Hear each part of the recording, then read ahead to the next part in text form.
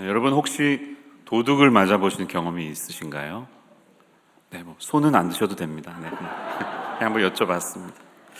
그 경험이 있었던 분들의 이야기를 들어보면 어떤 물건이 도난당했다는 안타까움보다는 내 소유인 곳에 누군가가 들어와서 이런저런 기분 나쁜 흔적을 남기고 내 것을 막 만지다가 떠났다는 것 자체가 너무 불쾌했다, 그런 얘기들을 많이 하시더라고요. 우리 교회에도 예전에 도둑이 들었던 때가 있었는데요, CCTV를 확인해 보니까 그 사람이 들어왔던 시간은 정말 아무도 예측할 수 없었던, 깨어있으리라고 상상할 수 없었던 새벽 3시였습니다. 잠도 없이 그 열정을 가지고 찾아왔던 그 도둑님의 행동을 보면서 CCTV를 살펴보던 관계자들이 참 황당해했던 그런 기억이 있습니다. 오늘 말씀은 예수님께서 제자들의 질문에 답하시는 긴 설교 말씀 중에 일부입니다. 마태복음을 읽어보면 5개의 긴 설교, 디스코스, 강화가 나오는데요, 제일 첫 번째가 이제 산상수훈이고, 오늘은 그 마지막 5번째 긴 설교 24장, 25장으로 구성된 이 설교의 일부분을 우리가 오늘 읽었습니다. 이 예수님의 설교에 대한 질문은 24장 3절에서 출발했습니다. 제자들이 물어본 거예요. 주님, 언제 세상의 끝이 옵니까? 언제 주님은 다시 오십니까? 그리고 세상 마지막에는 어떤 징조가 있습니까? 라는 질문에 답변하시는 긴 주님의 답변이 여기에 담겨 있습니다. 그리고 오늘 본문에서는 주님의 그 오심이, 주님의 재림이 도둑이 불시에 찾아오듯이 그렇게 예기치 않은 순간에 오실 것을 우리에게 경고하고 계십니다. 우리가 읽던 본문의 44절이 더 분명히 말하고 있죠. 이러므로 너희도 준비하고 있으라. 생각하지 않은 시간에, 생각하지 않은 때에 인자가 오리라. 이렇게 말씀하십니다. 자, 오늘은 대강절이라고 하는 기간의 2번째 주일입니다.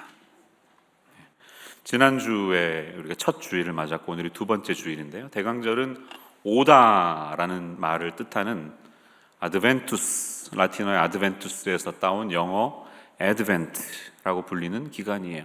커밍이라는 뜻이에요. 누가 온다는 이야기일까요?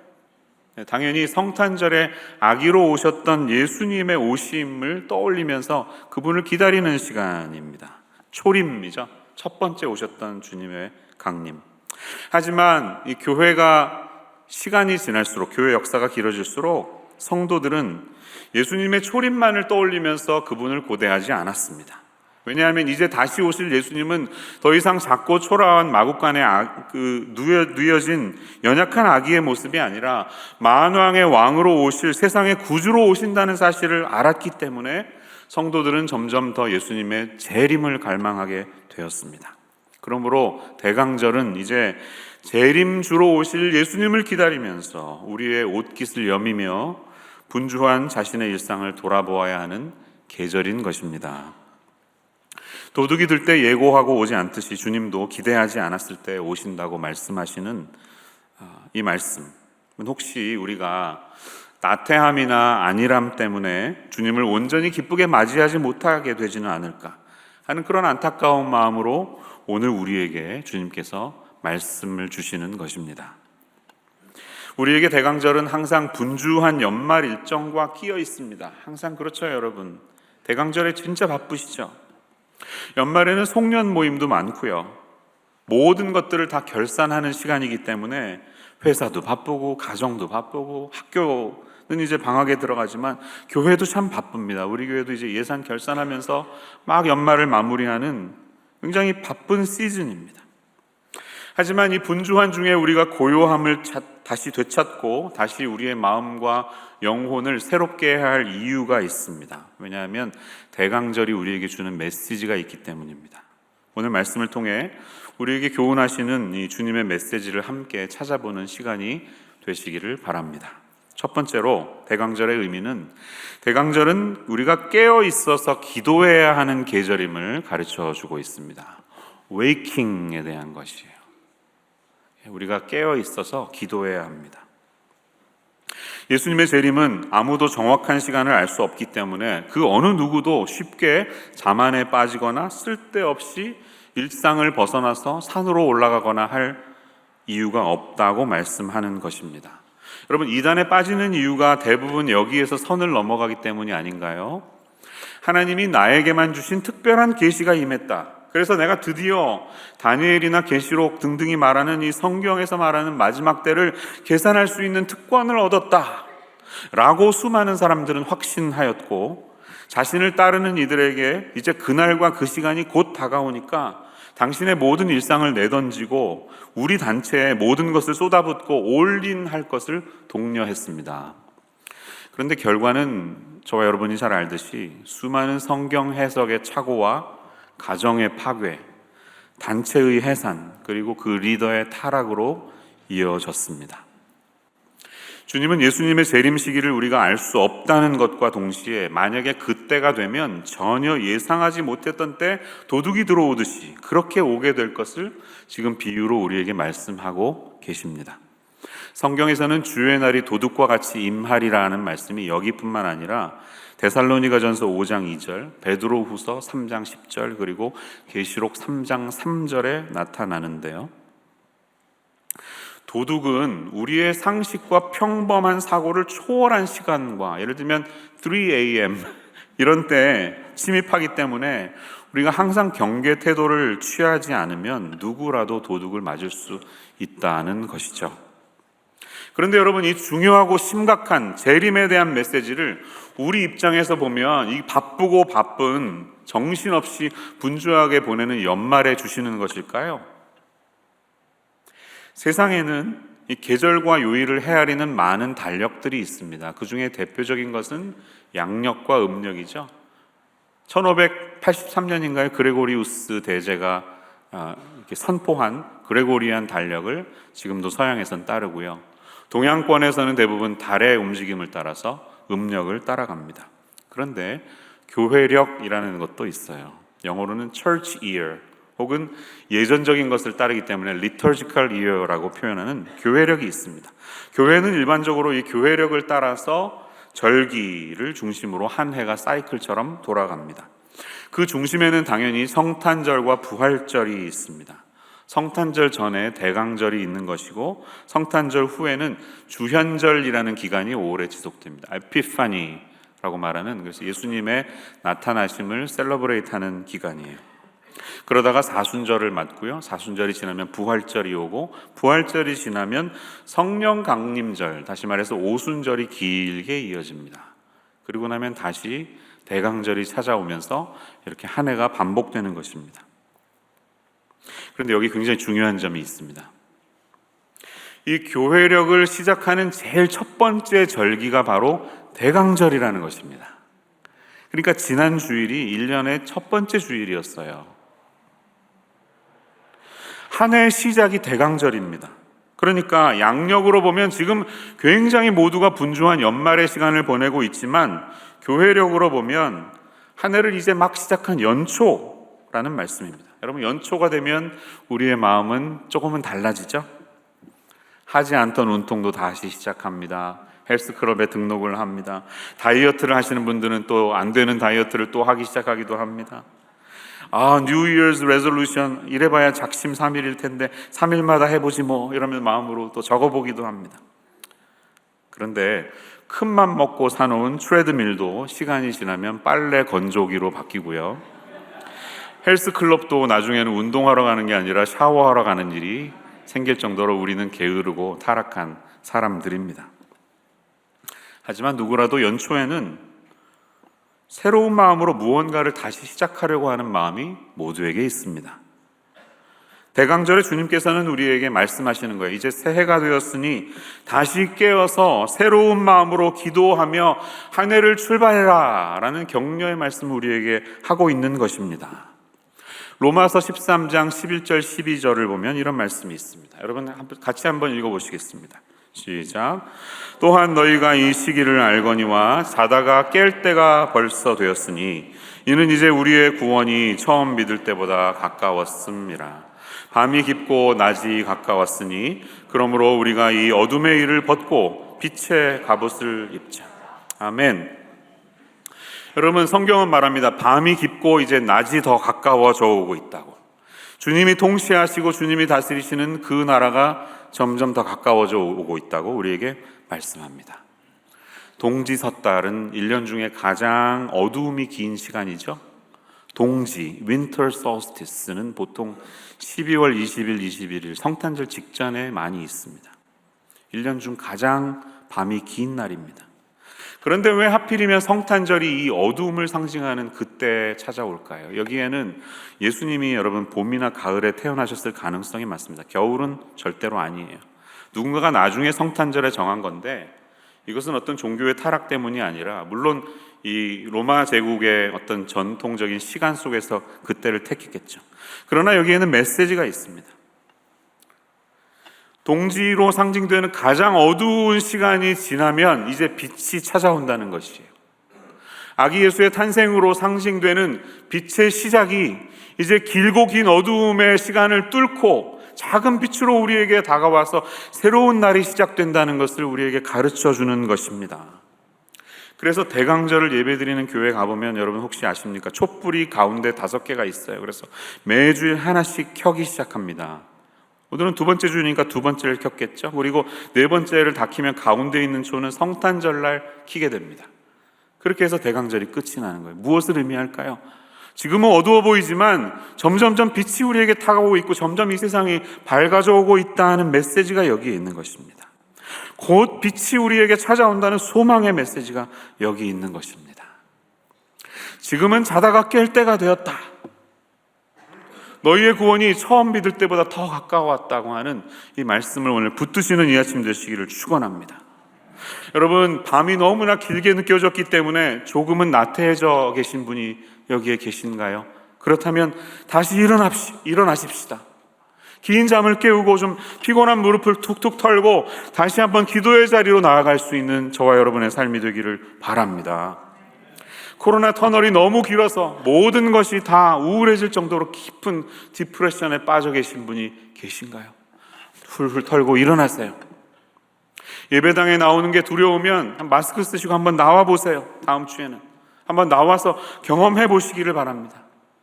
언제까지 우리가 지친 근육을 그 좁은 TV를 지켜보며 우리의 모든 신앙을 거기서 할 수가 있겠습니까?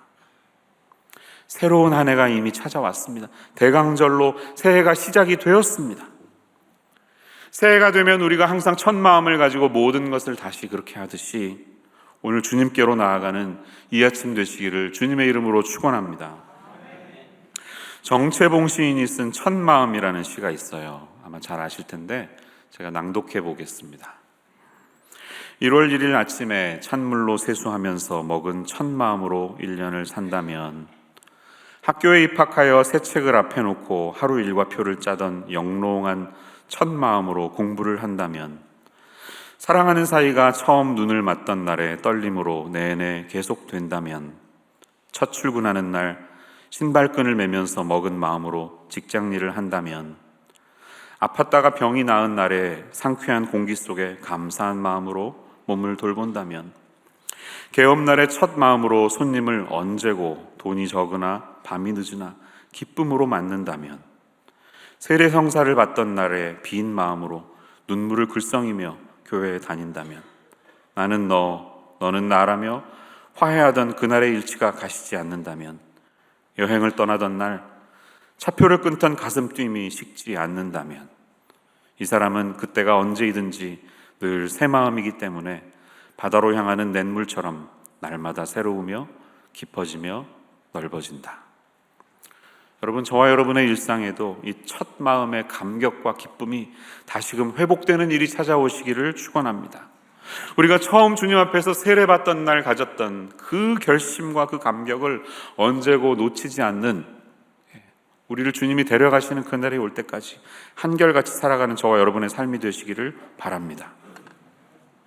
오늘 본문은 우리에게 말씀합니다. 주님의 재림은요, 일상을 다 내던지고 방탕한 길에 들어서고 술과 마약과 도박에 빠지고 여자에 빠지고 성에 빠진 그런 사람들에게만 주시는 절박한 경고가 아니라는 것이에요.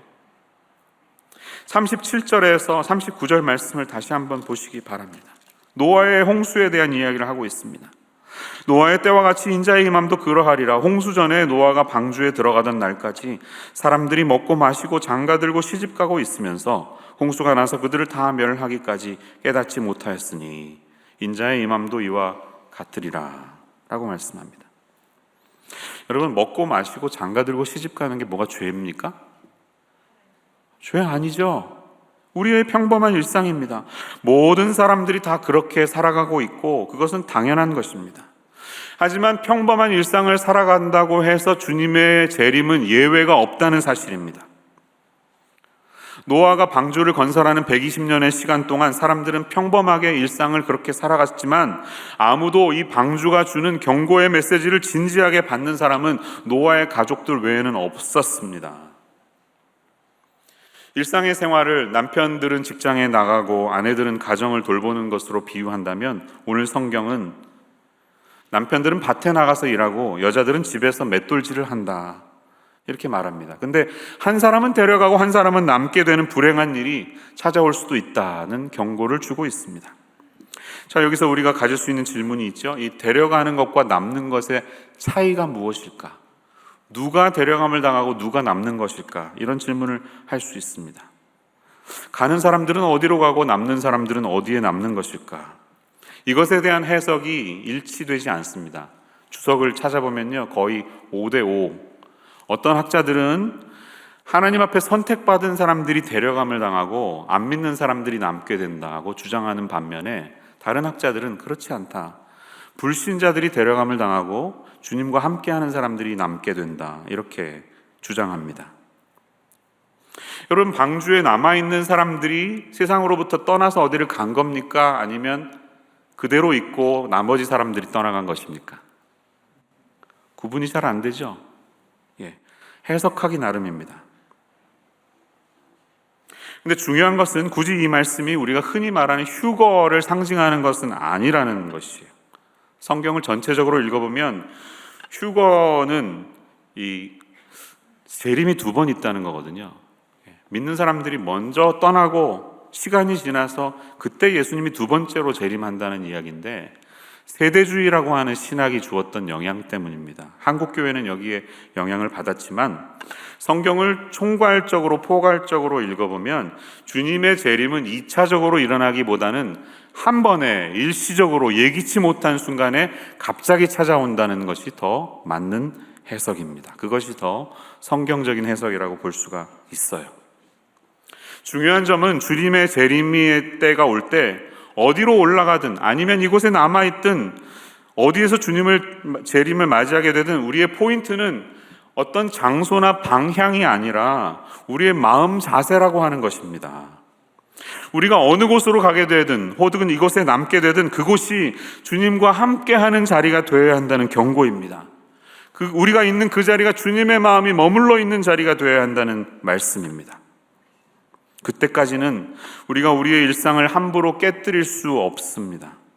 주님이 언제 어떻게 오실지 아무도 알 수 없기 때문이에요.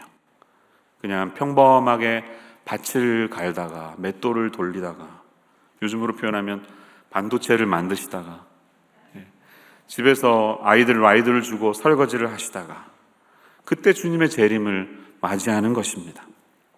그러므로 우리의 일상을 외면하지 마시기 바랍니다. 일상은 중요합니다. 하지만 잊지 마세요. 그 일상에서 경험하는 모든 희로애락이 신앙의 전부는 아닙니다. 다시 말하면 분주한 연말, 지금 내 머릿속에 가득 차 있는 이 모든 대차대조표가 우리의 모든 것은 아닙니다. 절대로 그렇지 않습니다. 우리가 일상에 매몰되어 있는 이 모든 세상에 먹고 사는 문제가 신앙의 모든 것이 아니라는 것입니다. 교회력으로는 이미 새해가 우리에게 찾아왔습니다.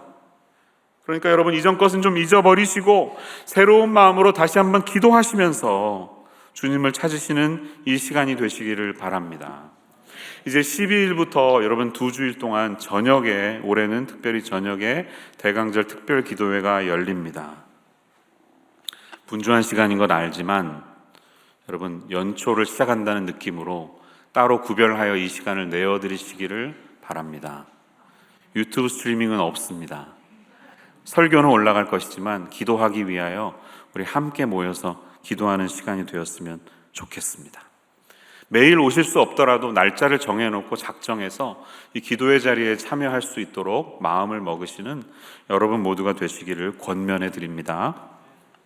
두 번째로 우리가 대강절을 지나가면서 붙들어야 될 메시지가 있다면 그것은 대강절은 기다리며 준비해야 하는 계절이라는 것입니다. It's about waiting and preparing. 대강절은 기다리며 준비하는 시간입니다. 여러분은 기다리는 것을 좋아하시나요? 저는 아닌 것 같아요. 특별히 저는 운전대를 잡으면 완전히 다른 사람이 됩니다. 당신은 왜 운전만 하면 이래? 이렇게 결혼하고 그런 얘기를 참 많이 들었는데요. 저도 잘 모르겠어요. 왜 이렇게 운전해지면 이 신호등 같은 거 지키기 싫은지, 앞사람 줄이 길면 너무너무 싫은지 모르겠습니다. 제 안에 그런 야수의 성품이 있습니다. 저는 어디 가서 오래 줄 서서 기다리는 것을 정말 질색합니다. 사람이 많은 곳에 가서 분주할 때 막 카트를 밀면서 쇼핑하는 것처럼 짜증이 나는 게 없습니다. 그래서 블랙 프라이데이보다는 차라리 사이버 먼데이가 더 낫습니다. 저는 그냥 바로 계산하고 바로 결과를 아는 것을 선호합니다. 그래서 물건을 살 때 충동 구매한다고 세이빙을 안 한다고 혼나기도 합니다. 한국인의 유전자에 있는 이 빨리빨리 라피도 정신이 저에게도 당연히 있습니다. 그래서 지금 당장 바로 지금 여기에서 결과가 나오는 것을 더 좋아합니다. 대강절은 그것을 좀 기다리면서 그것을 거슬러가는 행동이에요. 우리 한국 사람들 얼마나 급합니까? 이 세상에는 세 가지의 귀중한 금이 있는데 그것은 황금, 소금, 지금이라는 말을 듣고 감동한 어떤 사람이 아내에게 문자를 보냈대네요. 여보, 이 세상에 가장 귀중한 세 가지 금이 있는데 그게 뭔지 맞춰봐. 잠시 후에 아내에게서 답이 왔습니다. 현금, 지금, 입금. 그랬더니 잠시 후에 남편이 아내에게 다시 답장을 보냈습니다. 방금, 조금, 입금. 이렇게. 우리는 정말 그렇습니다. 빨리빨리 당장에 뭐가 이루어지는 것을 좋아합니다. 하지만 이 대강절의 계절의 주님은 우리에게 그 이상의 것을 요구하십니다. 기다려라. 지둘려. 더디 걸린다 느껴지더라도 기다리라는 말씀이에요. 2000년이 지나도록 주님이 오시지 않고 있음을 보면서 왜 오시지 않을까? 모르겠다. 대충 살아야지. 이런 생각 갖지 말고 기다려라는 거예요. 그런데 이 기다림이 여러분 쇼핑 카트를 들고 짜증을 내면서 기다리는 것과는 완전히 질적으로 다른 이유는 어디에 있을까요? 왜 이 기다림이 우리 성도들에게 유익이 되는 것일까요? 왜냐하면 이 기다림은 목표를 알 수 없는 지루한 기다림이 아니라 이 기다림을 통해 새로운 힘을 얻을 수 있는 유익을 알기 때문에 설레임을 주는 기다림이기 때문입니다. 우리가 이 기다리는 동안을 통해서 다시 오실 예수님 한 분을 바라볼 수 있는 그런 기간이기 때문입니다. 우리의 기다림에는 목표가 있고 기다리는 이들에게 주시는 하나님의 유익이 있다고 성경이 우리에게 가르쳐주고 있기 때문이에요. 오늘 우리가 찬양했던 가사처럼 이사야 40장 31절을 보면 이런 말씀이 있어요. 같이 한번 이것도 읽어보겠습니다. 시작. 오직 여호와를 앙망하는 자는 새 힘을 얻으리니 독수리가 날개치며 올라감 같을 것이요 다른 박질하여도 곤배하지 아니하겠고 걸어가도 피곤하지 아니하리로다. 아멘. 여기에서 사용된 앙망하다라는 동사를 저는 좀 보고 싶습니다. 여러분 이 동사가 굉장히 중요한데요. 영어 성경에 보면 다양하게 번역했습니다. wait for, wait on 혹은 wait upon 이렇게 다양한 전치사가 쓰였습니다. 킹 제임스 버전에 보면 wait upon the Lord라고 번역했고요. ESV 버전에 보면 그냥 단순히 wait for the Lord라고 번역했지만 NIV를 보니까 hope in the Lord라고 번역했습니다. 네, 소망이 있는 기다림입니다. 이 기다림은 추앙하다라는 동사를 쓸 때 사용한 이 앙 그리고 갈망하다에 쓰인 망자가 합쳐져서 우리 한글로 번역이 됐어요. 이 앙망하다는 동사는 지루하게 목적 없이 기다리는 것이 아니라 기대함을 가지고 소망을 가지고 아주 흥분된 마음으로 기다리는 것을 뜻합니다. 그렇게 기다리는 사람들은 시간이 아깝지 않고요, 새 힘을 얻게 되고 새로운 근육이 돋아나고 독수리가 날개쳐 오를 수 있는 그런 놀라운 소망의 힘을 얻을 수 있다는 말씀이 우리에게 증거되는 것입니다. 여기서 저는 축구 얘기를 하지 않을 수가 없네요. 왜냐하면 내일 이제 월요일 게임이 끝나면 결과를 알 수 없기 때문에 또 예화를 들지 잘 모르겠습니다. 오늘이 마지막이 될지도 모릅니다. 예, 잘 아시다시피 대한민국 축구팀이 기적적으로 16강에 올라갔습니다. 확률이 9%였나요? 정말 될 수 있을까? 될 수 있을까? 기가 막히게 또 상대편이 2대0으로 진행되고 있고 1대1 막 진행되는데 이제 거의 끝나가는데 인저리 타임 91분에 아시잖아요. 다 보셨죠? 예. 코너킥 찬 걸 툭 튀어나온 공을 손흥민 선수가 막 재빨리 막 쭉 중앙을 지나서 빠르게 몰고 와서 막 수비수들이 막 7명이 따라 붙는데 앞에 3명이 있고 거기를 기다리다가 반대편에서 달려온 이 황희찬 선수에게 기가 막히게 가랭이 사이로 뚜루 패스를 하면서, 이제 지겹죠? 너무 많이 얘기해서 그 골을 정확한 타이밍에 정말 예술적인 골이 나왔습니다. 너무너무 우리를 즐겁게 했고 흥분되는, 결과는 5분 지나서 게임은 끝났습니다. 그런데 사람들은 아직 셀러브레이트 하지 않았습니다. 왜 그랬을까요? 다른 구장에서 벌어지고 있는 가나와 우루과이 게임이 아직 끝나지 않았기 때문이죠. 얼른 선수들은 둥그렇게 원을 그려서 핸드폰을 보면서 그 게임을 지켜봅니다. 7분이라는 시간이 흘러갑니다. 그런데 저도 그랬고 아마 여러분들도 그랬을 것처럼 그 7분이 너무 길게 느껴졌죠. 우리가 1대1로 되고 있으면 7분이 주어지면 왜 7분밖에 안 줘? 이러면서 넣어야 되니까. 그렇지만 이쪽이 그대로 끝나야 하면 왜 7분씩이나 줘? 하는 게 우리 마음입니다. 손흥민 선수도 인터뷰 중에 그러더라고요. 내 인생에 가장 길었던 7분이었다. 그런 얘기를 하더라고요.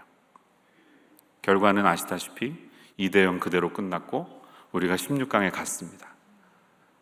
그런데 이제 다시 방송과 그 장면 영상을 보시는 여러분의 마음은 어떠십니까?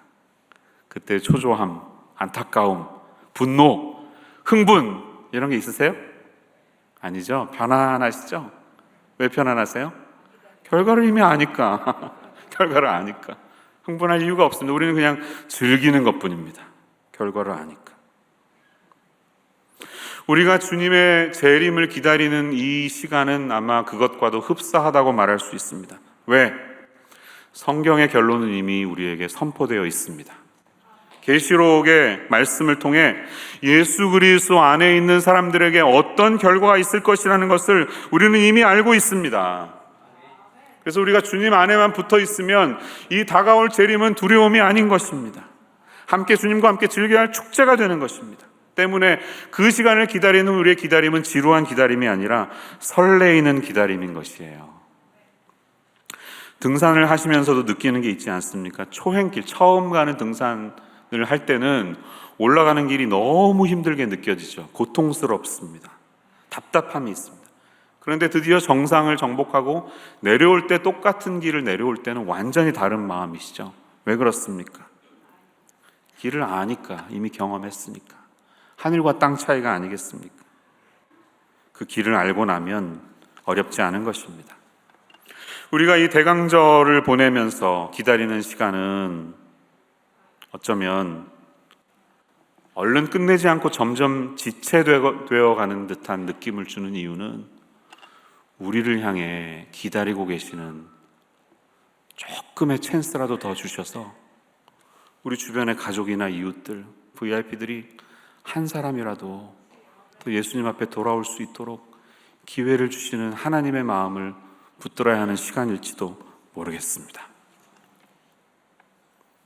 엊그제 우리 교회 성도님 한 분이 젊은 나이에 세상을 떠나셨어요.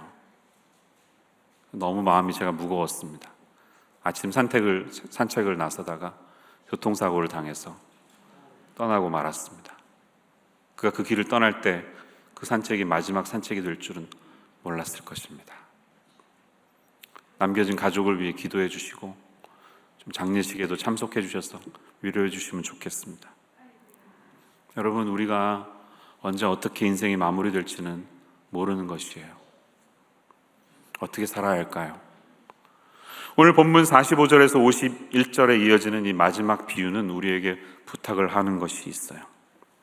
그럼 본문으로 한번 가보시기 바랍니다. 내용이 무엇입니까? 45절은 이렇게 말합니다. 충성되고 지혜 있는 종이 되어 주인에게 그 집 사람들을 맡아 때를 따라 양식을 나눠줄 자가 누구냐. 주인이 올 때 그 종이 이렇게 하는 것을 보면 그 종이 복이 있으리로다. Who then is the faithful and wise servant? 아웃라인이 좀 스펠링이 틀렸는데요. 그 충성되고 지혜로운 종은 도대체 누구냐라는 것입니다. 여러분, 여기에서 말하는 깨어있는 사람은 어떤 사람일까요? 이 본문에 따르면 어떤 사람이 깨어있는 사람이에요? 나는 무엇인가를 위탁받은 청직이라는 겁니다. 내 인생은 내 것이 아니라 주인이 나에게 맡겨준 시간이라는 거예요. 그 시간을 무엇을 하고 있습니까? 주인의 집에 있는 살림들을 잘 하면서 때를 따라서 양식을 잘 성실하게 나눠주고 있는 사람이 깨어있는 사람이고 지혜 있는 사람이다, 이렇게 증거하고 있는 것입니다. 나중에 예고 없이 주인이 갑자기 전화도 안 하고 찾아왔는데 그때도 똑같이 아주 평범하게 성실하게 제 주인의 재산을 관리하고 있을 때 주인이 마음이 흡족해서 더 큰 것을 맡겨주시고 기뻐할 것이다 라고 비유는 이렇게 말하는 것입니다. 여러분, 여기서 우리가 붙들어야 할 것이 무엇일까요? 우리가 이 땅에서 살아가는 이유가 있어요. 그것은 주님께서 우리에게 주신 소명과 책임이 있기 때문입니다. 막연하게 자유로운 영혼이 되고 싶어서 내 마음대로 살다가 가는 게 인생이 아니라 저와 여러분에게 누군가를 책임져야 하고 그들을 먹여 살려야 하고 그들에게 하나님 나라를 확장시켜야 하는 이 소명이 크던 작던 상관없이 우리 모두에게 다 주어졌다는 사실이에요. 주인의 입장에서 깨어있다는 것은 우리 각자에게 맡겨진 사명을 그대로 순종해서 충성스럽게 감당하되 주님의 재림이 올 때까지 불쑥 갑자기 찾아오는 날이 있다 하더라도 한결같은 마음으로 그 주어진 자리를 지키는 사람들을 말하는 것입니다. 이어지는 열처녀의 비유와 달란트 비유를 집에 가셔서 잘 묵상해 보세요. 바로 그런 사람이야말로 하나님 앞에 칭찬받는 사람이라는 거예요. 잘 알고 계시죠? 5달란트로 10개를 남긴 사람이나 2달란트로 4개를 남긴 사람이나 주인의 칭찬은 다르지 않습니다. 똑같습니다. 워딩이 똑같아요. 토시 하나 다르지 않습니다. 하나님은 우리가 얼마나 많은 것을 받았는가에 관심이 있지 않다는 것입니다. 사람에게 약점이 있다면 큰 것에는 충성하는데 작은 일에는 등한한 것입니다. 그러나 주님의 교훈은 언제나 지극히 작은 것에 충성하는 사람에게 더 큰 것을 맡기신다는 사실을 우리는 너무나 잘 압니다. 역으로 보면 작은 것에 불의한 사람은 아무리 큰 것을 맡겨도 똑같이 불의하게 행동할 것이라는 겁니다. 그러므로 여러분, 이제 교회력으로 새로운 한 해가 출발했습니다. 내년도 여러 이런저런 사역들과 우리의 각자의 직장과 가정과 교회에서 책임들이 있을 텐데요, 어떠한 마음으로 하시고 계십니까? 한번 시작한 일이면 끝까지 한결같이 사람이 보든 보지 않든 충성되이 감당할 수 있는 저와 여러분의 삶이 되시기를 바랍니다. 새해 주님께서 우리에게 맡겨주는 이 작은 일을 충성되게 지키는 것이 곧 마지막 때에 깨어 있어서 하나님이 원하시는 그 칭찬받는 사람의 삶이 된다는 사실을 기억하며 이 새로운 한 해를 기쁨으로 출발하시는 저와 여러분의 삶이 되시기를 축원합니다. 기도하겠습니다. 하나님, 오늘 우리에게 주신 말씀을 가지고 우리의 옷깃을 여미며 다시 우리의 마음과 영혼을 돌아보는 이 시간 되기를 원합니다. 새로운 한 해, 어둠이 끝이 나고 빛이 시작되는 출발선상에 저희들을 서 있게 하셨습니다. 이 세상의 현실을 보면 너무나 답답하고 불의로 가득 차 있어서 어둠밖에는 보이지 않지만 주님, 그 어둠을 뚫고 연약해 보이는 아기 예수이신 예수님이 이 땅에 오셨고 그로 말미암아 하나님의 나라가 시작되었으며 참된 빛이 우리에게 선포되었습니다. 그 빛을 붙들고 오늘 주신 말씀처럼 어디에서 무엇을 하든 주어진 자리에서 작은 일에 충성하며 삶의 책임을 다하는 우리의 삶이 되게 하여 주옵소서. 예수님 이름으로 기도합니다. 아멘.